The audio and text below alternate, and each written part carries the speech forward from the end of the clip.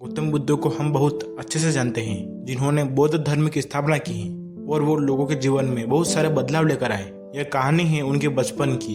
जब वे छोटे थे तब उन्हें गौतम बुद्ध के नाम से नहीं, सिद्धार्थ के नाम से जाना जाता था। उनके एक चचेरे भाई भी थे जिनका नाम था देवदत्त।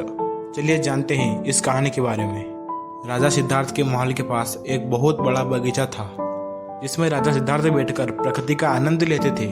एक दिन जब वो अपने बगीचे में बैठे हुए थे तो उनके पैरों के पास एक हंस आकर गिर पड़ा। उस हंस के शरीर में एक तीर लगा हुआ था।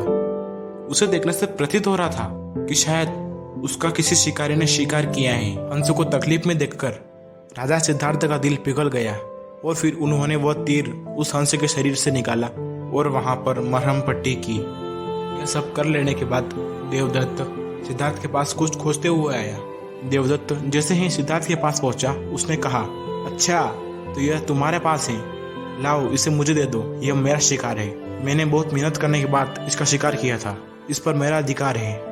देवदत्त की यह बात सुनकर सिद्धार्थ ने उससे कहा, नहीं, यह हंस घायल था, इसे मैंने बचाया है, इसलिए इस पर मेरा अधिकार है। दोनों भाइयों के बीच उस हंस के अधिकार को लेकर बहस होने लगी। अब वे दोनों जानना चाहते थे कि उस हंस पर किसका अधिकार ज्यादा है।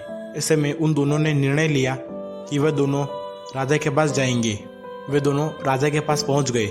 राजा के पास पहुंचते ही देवदत्त ने सबसे पहले कहा, महाराज, इस हंस पर सबसे ज्यादा अधिकार मेरा है, क्योंकि मैंने इसका शिकार किया था। इस वजह से आप सिद्धार्थ से कहिए कि ये हंस मुझे दे दे। जैसे ही देवदत्त की बात पूरी हुई तब राजा ने उन दोनों को शांत किया और फिर उनसे पूछा कि पूरी बात क्या है, मुझे पूरी बात बताओ।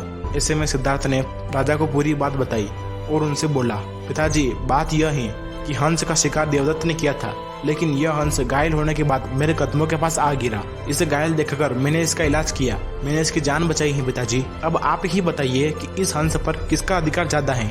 राजा ने इस मामले पर अच्छे से विचार किया और विचार करने के बाद उन्होंने सभा में एक बहुत बड़ी बात कही। वह बात यह थी कि मारने वाले से ज्यादा बचाने वाले का अधिकार सबसे ज्यादा होता है। इसलिए इस हंस पर सबसे ज्यादा अधिकार सिर्फ और सिर्फ सिद्धार्थ का ही है, क्योंकि उसने इस हंस को मारा नहीं, लेकिन उसकी जान बचाई। उस हंस को घायल देखकर उसका इलाज किया है। राजा के यह कह देने के बाद देवदत्त को सारी बात समझ में आ गई। वह भी जान चुका था कि मारने वाले से ज्यादा बचाने वाला बड़ा होता है। तो दोस्तों, इस कहानी से हमें यह सीख मिलती है कि मारने वाले से ज्यादा बचाने वाला बड़ा होता है। इसलिए हमें भी दूसरों की मदद करनी चाहिए और परेशान लोगों की सहायता करनी चाहिए। अंत तक ये कहानी सुनने के लिए आपका बहुत बहुत धन्यवाद।